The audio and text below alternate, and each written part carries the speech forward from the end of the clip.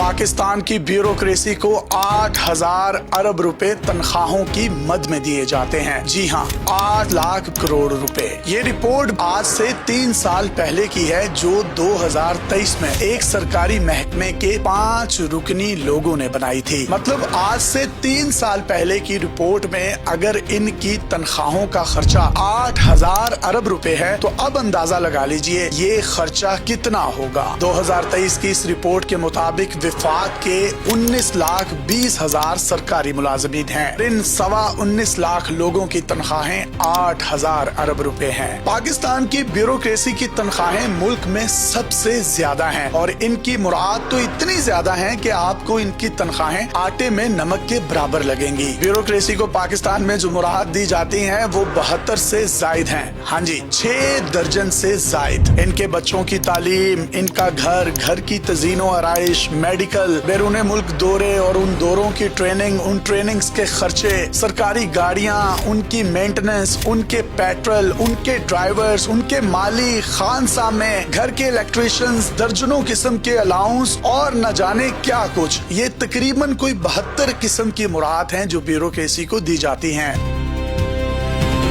2023 की रिपोर्ट के मुताबिक 3,000 अरब रुपए सरकारी मुलाजिमीन को तनख्वाहों की मद में दिए जाते हैं। ये वो मुलाजिम हैं जिनको आप सादा लफ्जों में पक्का सरकारी मुलाजिम कहते हैं, जबकि जो कच्चे सरकारी मुलाजिम हैं, जो कॉन्ट्रैक्ट पर हैं या जो सरकारी कंपनियां हैं, उनको जो तनख्वाहों की मद में अदायगियां की जाती हैं वो 2,500 अरब रुपए हैं। जबकि जो पाकिस्तान के सरकारी मुलाजिमीन रिटायर्ड हुए हैं उनको 1,500 अरब रुपए पेंशन की मद में अदा किए जाते हैं। यानी 3,000 अरब रुपए पक्के सरकारी मुलाजिमीन को तनख्वाहों की मद में दिया जाता है, 2,500 अरब रुपए कच्चे मुलाजिमीन को दिए जाते हैं और 1,500 अरब रुपए जो रिटायर्ड हो चुके हैं उनको पेंशन की मद में दिए जाते हैं। इस तरीके से ये 7,000 अरब रुपया बनता है। ये रिपोर्ट भी आज से 3 साल पहले की है। आपका क्या हाल होगा खुद ही अंदाजा लगा लीजिए। जबकि दूसरी तरफ अगर आप पाक फौज की बात करें तो 7 लाख फौजियों की तनख्वाह सिर्फ और सिर्फ 1,000 अरब रुपए है। यानी आप अंदाजा लगा लीजिए कहाँ 7,000 अरब और कहाँ 1,000 अरब जो पूरी मुसल्लह अफवाज को तनख्वाहों की मद में अदा किए जा रहे हैं। ब्यूरोक्रेसी की ये तमाम सैलरीज बेसिक्स हैं। इसमें अभी हमने आपको मुराद नहीं बताई। मिसाल के तौर पर कुछ सरकारी अफसरान के ग्रेड्स ऐसे हैं, बेसिक सैलरी 1 लाख रुपए है और हम उसमें अगर फ्यूल कॉस्ट ऐड कर दें तो ये बढ़कर 2,20,000 रुपए पे चली जाती है। यानी 1,20,000 रुपए सिर्फ पेट्रोल या फ्यूल की मद में है। यहाँ से आप अंदाजा लगा लीजिए इनकी मुराद इनकी तनख्वाहों के मुकाबले में कितनी ज्यादा है। और अगर आप इनके बड़े बड़े महल नुमा घर देखें, पूरे मोहल्ले जितना इनका लॉन है, 4-4 किनाल के बड़े बड़े घरों में ये रहते हैं और उन घरों में दर्जन इम्पोर्टेड गाड़ियाँ, माली, मुलाजिम, ड्राइवर्स, इलेक्ट्रिशियंस, खानसा में मैं बोलता जाऊंगा मुलाजिमीन और मुराद खत्म होने का नाम नहीं लेंगे। घरों की बिजली की बात करें तो वो भी अगर ये अपनी जेब से पे कर दें तो इनको रीइंबर्स हो जाते हैं, यानी इनके अकाउंट्स में पैसा आ जाता है वापस। घर का खर्चा भी आपका 0 है। अगर आप बाबडा के मुलाजिमीन की बात करें तो उनको सैकड़ों से हजारों यूनिट्स मंथली फ्री हैं। सरकारी मुलाजिमीन के बच्चे और घर वाले जब घर से बाहर होते हैं तो घरों में एसी चल रहे हैं, हीटर्स चल रहे हैं, रोशनियां चल रही हैं, यूनिट धड़ाधड़ गिरे जा रहे हैं, जो कि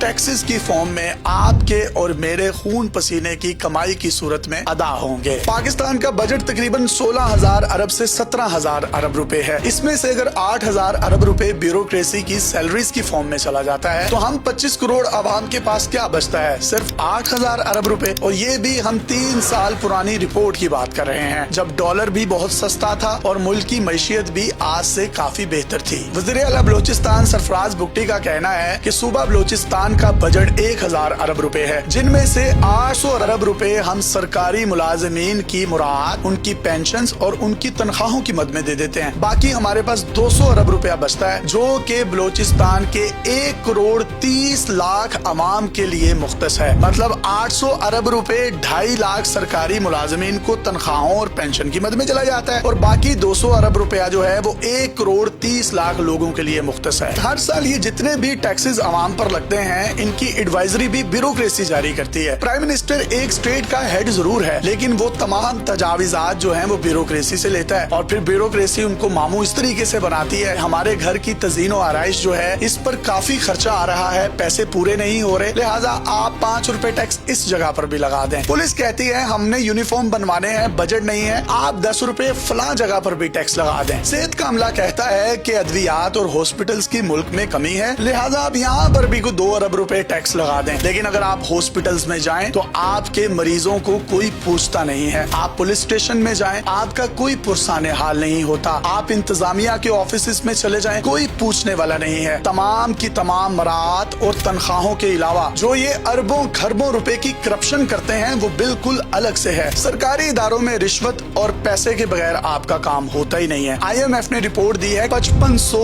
अरब रुपए की पाकिस्तान के सरकारी महकमों में करप्शन होती है। मतलब 8000 अरब रुपए वो जो सरकारी तौर पर कागजात में आ गए, 5500 अरब रुपए की करप्शन वो जिसकी निशानदेही IMF ने कर दी। ये कुल मिलाकर तकरीबन 13,000 अरब रुपए बन चुके हैं अभी तक। मतलब इतनी करप्शन, इतनी मराहत, इतनी तनख्वाहें लेने के बावजूद हर सरकारी महकमा खसारे में है और वो खसारा पाकिस्तान में कर्जे की सूरत में हर साल बढ़ता जा रहा है। और जो बच्चे पाकिस्तान में पैदा हो रहे हैं वो मकरूज ही पैदा हो रहे हैं। माली साल 2024-25 में माली खसारा कितना था पाकिस्तान के सरकारी महकमों का? जनाब 832 अरब रुपए। अब आप इस खसारे को भी उस 13,000 अरब रुपए में डाल लें तो ये तकरीबन कुछ 14,000 अरब रुपया बनता है। और ये तमाम का तमाम वो माल है जो कागजों की जीनत बन चुका। जो कागजों में नहीं है वो कितना है वल्लाहु आलम। तो हो गया रहा है, बजाय महकमों में बैठकर आप काम करें, आप पुर्तगाल में अपनी नेशनलिटियां ले रहे हैं, अपनी इमारात बना रहे हैं, कोई लंदन कनाडा में अपने बच्चों को शिफ्ट कर रहा है, कोई वहाँ की नेशनलिटीज लेने के लिए अरबों रुपए दे रहा है। यानी पाकिस्तान में आप करप्शन का पैसा जितना भी है वो इकट्ठा करना है, इकट्ठा करें। उसके बाद आप बैरून मुमालिक में अपनी प्रॉपर्टीज बनाएं। जब हुकूमतें चेंज हों तो यहाँ से आप एक टिकट करवाएं और फ्लाई कर जाएं। पाकिस्तान की अवाम को मजीद कर्जे की दलदल में धंसाते चले जाएं। तो यहाँ से अंदाजा लगाइए अगर ब्यूरोक्रेसी की माल औलाद प्रॉपर्टीज सब कुछ जो है वो बैरून मुल्क में है, वो तो फिर पाकिस्तान में सिर्फ मजदूरी करने के लिए आते हैं और मजदूरी भी अरबों रुपए की। जिस तरीके से ओवरसीज पाकिस्तानी पाकिस्तान को छोड़कर अपनी फैमिली से दूर होकर एक बड़ी तादाद में ज़रे मुबादला पाकिस्तान में भेजते हैं और पाकिस्तान की मैशियत का पहिया चलता है, ये लोग आते हैं और उस पहिए को पंक्चर करके इसमें से पैसे बनाकर बैरून मुल्क चल जाते हैं। तो इनकी पाकिस्तान के साथ लॉयल्टी कहाँ है? ये पाकिस्तान के साथ कितने सिंसियर हैं? इन तमाम सवालों के जवाबात अवाम जानना चाहती है। मैं आखिर में फील्ड मार्शल सैयद आसिम मुनीर साहब और वजीर आजम पाकिस्तान शहबाज शरीफ साहब से रिक्वेस्ट करूंगा, आपने पाकिस्तान की पूरी दुनिया में इज्जत बनवाई है। आज पाकिस्तान की तरफ कोई मैली आंख से नहीं देख सकता। Dubai, Kuwait, Bahrain, Iran, Iraq, शाम, लीबिया और मशरिक़ वस्ता के जितने भी मुमालिक हैं उनके पास इतना पैसा था कि वो बुर्जुल खलीफा बना रहे थे, वो बुर्जुल अरब बना रहे थे और तमाम दुनिया को अय्याशियां करवाने के लिए क्लब्स बना रहे थे। और उस वक्त पाकिस्तान दोस्त मुमालिक से कर्जे ले रहा था और अपनी दिफाई पैदावार को बढ़ा रहा था। आज हम दिफाई तौर पर एक मजबूत मुल्क बन चुके हैं, लेकिन मुआशी तौर पर हमारा कोई पुरसाने हाल नहीं। पाकिस्तान की तरक्की और इसकी असर नो तामीर के लिए पाकिस्तानी खुफिया एजेंसियों से भी मेरी रिक्वेस्ट है कि वो करप्शन के नासूर को खत्म करने के लिए ब्यूरोक्रेसी को लगाम डाले, इनके खर्चों को कम किया जाए ताकि गरीब आवाम को ज्यादा से ज्यादा रिलीफ मिले। और वो दिन दूर नहीं जब पाकिस्तान दुनिया के अजीम खितों में से एक खिता होगा। और आखिर में मैं ये जरूर कहूंगा कि ये तनकीद बराए तकलीद है, तनकीद बराए तनकीद नहीं, तनकीद बराए इस्लाह है। अल्लाह ताला पाकिस्तान का हामी और नासिर हो और इसको दुनिया के अजीम खितों में से खिता बनाए। यासिर शामी को इजाजत दीजिए। पाकिस्तान